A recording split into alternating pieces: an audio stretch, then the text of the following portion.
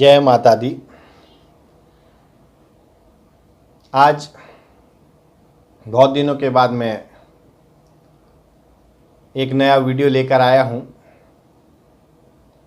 दर्शकों, बहुत दिनों से सोच रहा था कि ज़रा ज्योतिष शास्त्र को छोड़कर ज्योतिष प्रेमियों, आपके लिए एक जिस संसार में हम कर्म करते हैं उस कर्म के विषयों का एक वीडियो लेकर आए, ताकि आपको वो जानकारी प्राप्त हो सके।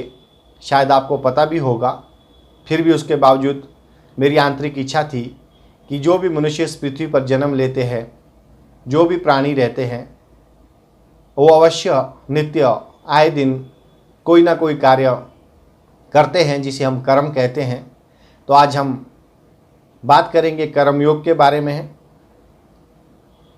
और अगर आप पहली बार इस चैनल पे आए हैं और फर्स्ट टाइम आप मेरा ये वीडियो देख रहे हैं, तो मेरी आपसे रिक्वेस्ट है कि आप ये हैप्पी लाइफ सक्सेस मंत्रा यूट्यूब जो चैनल है, इसको प्लीज़ आप सब्सक्राइब कर लीजिए और बेल आइकॉन ज़रूर प्रेस करें, ताकि जो आने वाली नई वीडियो उसका नोटिफिकेशन आपको प्राप्त हो सके। और अगर आपको मेरी ये जानकारी पसंद आए तो प्लीज़ इसे आप अपने फ्रेंड सर्कल, फैमिली मेम्बर्स के साथ शेयर ज़रूर करें, ताकि उन लोगों तक भी यह जानकारी प्राप्त हो सके। तो शुरू करते हैं कि कर्म योग किसे कहते हैं, कर्म क्या है, और गीता में कर्म के बारे में क्या बताया गया है, और स्वामी विवेकानंद जी ने अमेरिका में जो अपना ज्ञान दिया था उसका भी तात्पर्य क्या है। कर्म योग वास्तव में यह एक योग है जिसके माध्यम से हम अपनी जीवात्मा से जुड़े हैं। कर्म योग हमारे आत्मज्ञान से परिपूर्ण हो सकता है। कर्म योग आत्म ज्ञान को जागृत करता है। इसके बाद हम ना केवल अपने वर्तमान जीवन के उद्देश्यों को, बल्कि जीवन के बाद भी अपनी गति का पूर्वाभास प्राप्त कर सकते हैं। इस योग में कर्म के द्वारा ईश्वर की प्राप्ति की जाती है। गीता में कर्म योग का जो महत्व है वो सर्वश्रेष्ठ माना गया है। गृहस्थ और कर्मठ व्यक्ति के लिए यह योग अधिक उपयुक्त है। इसमें से प्रत्येक किसी न किसी कार्यों में लगा हुआ है, पर हम में से अधिकांश अपनी शक्तियों का अधिकतर भाग व्यर्थ खो देते हैं, क्योंकि हम कर्म के रहस्य को नहीं जानते हैं। जीवन के लिए, समाज के लिए, देश के लिए और विश्व के लिए कर्म करना आवश्यक है, किंतु यह भी एक सत्य है कि दुख की उत्पत्ति कर्म से ही होती है। सारे दुख तथा कष्ट आसक्ति से उत्पन्न होते हैं। कोई व्यक्ति कर्म करना चाहता है कि वह किसी मनुष्य की भलाई करना चाहता है, और इस बात की भी प्रबल संभावना है कि वह उपकृत मनुष्य कृतघ्न निकलेगा और भलाई के करने वाले लोगों के विरुद्ध भी कार्य करेगा। इस प्रकार सुकृत्य भी दुख देता है। फल यह होता है कि इस प्रकार की घटना मनुष्य को कर्म से दूर भगाती है। यह दुख या कष्ट का भय कर्म और शक्ति का बड़ा भाग नष्ट कर देता है। कर्म योग सिखाता है कि कर्म के लिए कर्म करो, आसक्ति रहित होकर कर्म करो।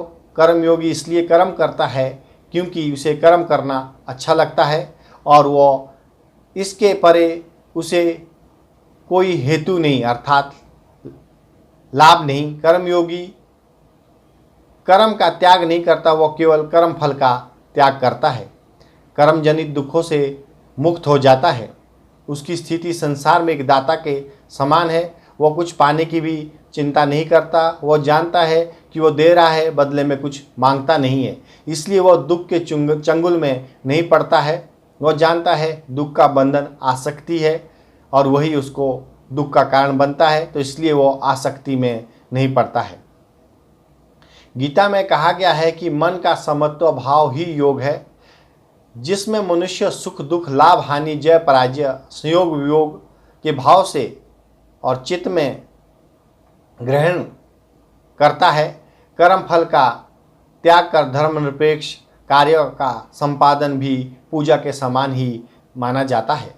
संसार का कोई भी कार्य ब्रह्म से अलग नहीं है, इसलिए कार्यों की प्रकृति कोई भी निष्काम कर्म सदा ईश्वर को ही समर्पित होता है। पुनर्जन्म का कारण वासनाओं या अतृप्त कामनाओं का संचय है। कर्मयोगी कर्म फल के चक्कर में नहीं पड़ता है, अतः वासनाओं का संचय भी नहीं करता है। इस प्रकार कर्मयोगी पुनर्जन्म के बंधन से भी मुक्त हो जाता है। जो गीता का कर्मयोग है, कर्मयोग का प्रतिपादन गीता में विशद से हुआ है। भारतीय दर्शन में कर्म बंधन का कारण माना गया है, किंतु कर्मयोग में कर्म के स्वरूप का निरूपण किया गया है जो बंधन का कारण नहीं होता है। योग का अर्थ समत्व की प्राप्ति, सिद्धि और असिद्धि, असफलता और सफलता में सम भाव रखना समत्व कहलाता है। योग एक अन्य अर्थ भी है, वह कर्मों को कुशल से संपादन करना। इसका अर्थ है कि इस प्रकार कर्म करना है कि वह बंधन ना उत्पन्न कर सके।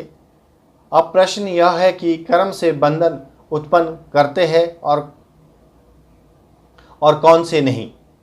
गीता के अनुसार जो कर्म निष्काम भावना से ईश्वर के लिए किए जाते हैं वो बंधन उत्पन्न नहीं करते हैं, वो मोक्ष रूप परम पद की प्राप्ति में सहायक होते हैं। और इस प्रकार का कर्म तथा आसक्ति रहित होकर ईश्वर के लिए कर्म करना वास्तविक रूप से कर्म योग है।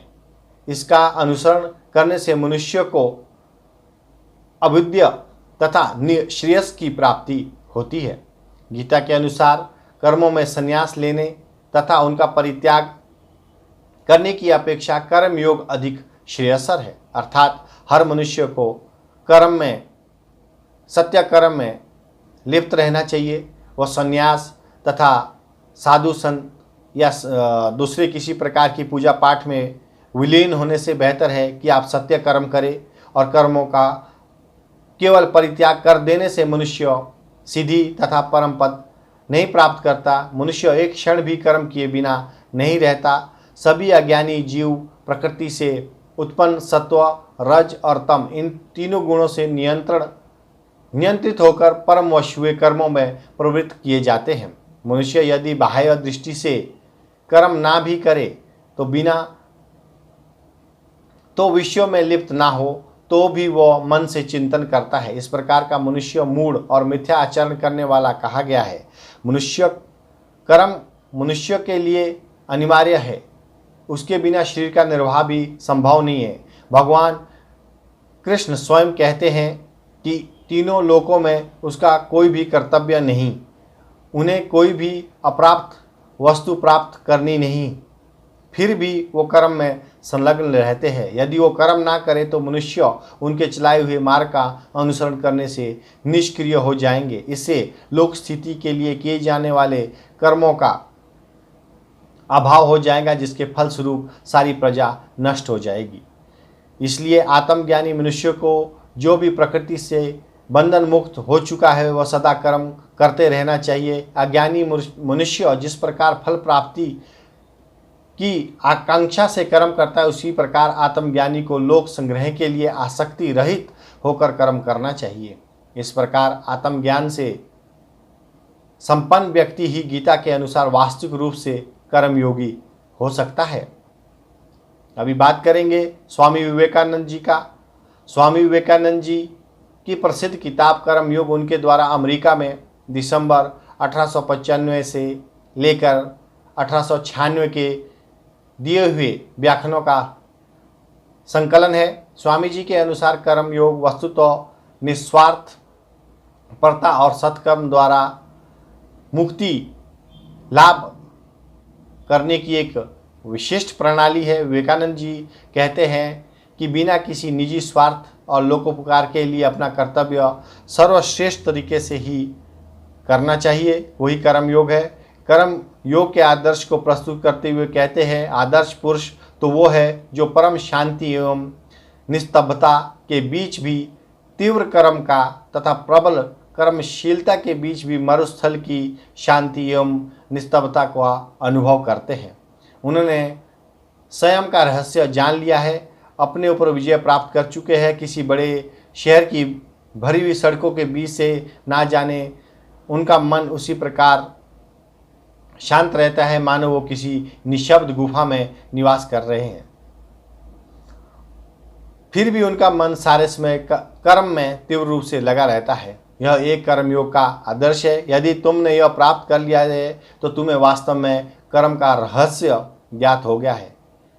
गीता में वर्णित अनासक्ति का सिद्धांत कर्मयोग में बहुत महत्वपूर्ण माना जाता है। इसे समझाते हुए स्वामी कहते हैं, अनासक्त हो जाओ, कार्य होते रहने दो, मस्तिष्क के केंद्र में अपना कार्य करते रहे, निरंतर कार्य करते रहे, परंतु एक लहर को भी अपने मन पर प्रभाव मत डालने दो। संसार में इस प्रकार कर्म करो मानो तुम एक विदेशी हो, पथिक हो, 2 दिन के लिए यहाँ आए हो।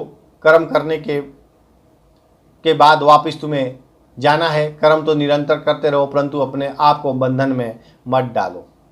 संसार हमारी निवास भूमि है। यह तो सोपानों में से एक है जिनमें से होकर हम जा रहे हैं। कर्म योग का वास्तविक तात्पर्य समझाते हुए स्वामी विवेकानंद जी कहते हैं, अब तुमने देखा कर्म योग का अर्थ क्या है। उसका अर्थ है मौत के मुंह में भी बिना तर्क वितर्क के सबकी सहायता करना। भले ही तुम लाखों बार ठगे जाओ, पर मुंह से एक बात तब तक ना निकालो जब तक तुम कुछ भले कार्य कर रहे हो। उसके संबंध में सोचो तक नहीं।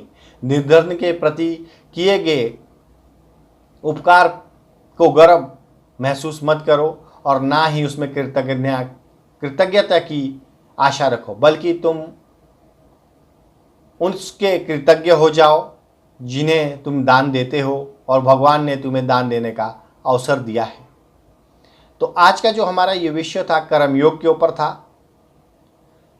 हर मनुष्य कर्म में लिप्त है, हर मनुष्य कर्म करता है। इस संसार पृथ्वी पे जो भी मनुष्य आए हैं, जैसे मैंने पहले बताया है, अगर आप भी अपने जीवन में सत्य कर्म को अपनाते हैं, निस्वार्थ भावना से किसी के लिए दान पुण्य का कार्य करते हैं और उसमें ज़रा भी अहम नहीं आता है, तो अवश्य ही आप एक दिव्य आत्मा हो और आपके जो कर्मों का लेखा जोखा है वो ईश्वर के पास सब जमा हो रहा है। हर मनुष्य का जमा होता है। वो जो भी मनुष्य है वो अच्छा कर्म करे या बुरा कर्म करे, लेकिन जो पुण्यात्मा है वो अहम नहीं करते हैं, अहंकार नहीं करते हैं। और सदैव ईश्वर को धन्यवाद देते हैं कि भगवान ने उन्हें, ईश्वर ने उन्हें इस लायक बनाया कि वो किसी को कुछ दे पाते हैं या किसी प्रकार का दान कर सकते हैं। मैं आचार्य सुनील हैप्पी लाइफ सक्सेस मंत्रा में आपके समक्ष हमेशा रूबरू होता रहूँगा, आता रहूँगा। अगर आप एस्ट्रोलॉजी से संबंधित कोई जानकारी प्राप्त करना चाहते हैं, जिस पर हम हर मनुष्य का जीवन संतुलित है, बना हुआ है, वो 9 ग्रह है और 9 ग्रहों पर आधारित ही हर मनुष्य का जीवन चलता है। अगर आपके जीवन में भी किसी प्रकार का संकट छाया है तो अवश्य ही आप अपनी जन्म पत्रिका किसी योग्य व्यक्ति, योग्य आचार्य से दिखाएं और उनसे परामर्श स्वीकार करें। अगर आप हमसे भी अपनी जन्म पत्रिका दिखाना चाहते हैं तो डिस्क्रिप्शन में आपको नीचे नंबर दिया गया है, उस नंबर के माध्यम से आप हमें कांटेक्ट या व्हाट्सअप कर सकते हैं। जीडी विशिष्ट लाल किताब के जो गुरुजी है वो हमारे गुरुजी है। हम उस संस्था से जुड़े हुए हैं। पिछले 12-13 सालों से जीडी विशिष्ट गुरुजी के सानिध्य से हम जो भी ज्ञान अर्जित किए हैं, हम उनके ज्ञान के माध्यम से आपके कष्टों को दूर करने में सक्षम है। अगर आप भी चाहते हैं लाल किताब के कोई उपाय, आपका ज्योतिष संबंधित कोई जानकारी, आपके जीवन में कोई परेशानी, तो अवश्य आप हमें कॉल करें। आज का विषय मैं यहीं पे समाप्त करता हूँ। आशा करता हूँ मेरा ये जानकारी आपको जो दी है ये पसंद आएगी। मेरा ये वीडियो आपको पसंद आएगा, इसे ज़्यादा से ज़्यादा प्लीज़ शेयर करें। ज्ञान बांटने से बढ़ता है, घटता नहीं है, तो अवश्य इसे आप शेयर करें। माता रानी सबको सुखी रखे, स्वस्थ रखे, सब अच्छे कर्म करें, यही कामना के साथ आज का सब्जेक्ट मैं यहीं पे समाप्त करता हूँ। जय माता दी।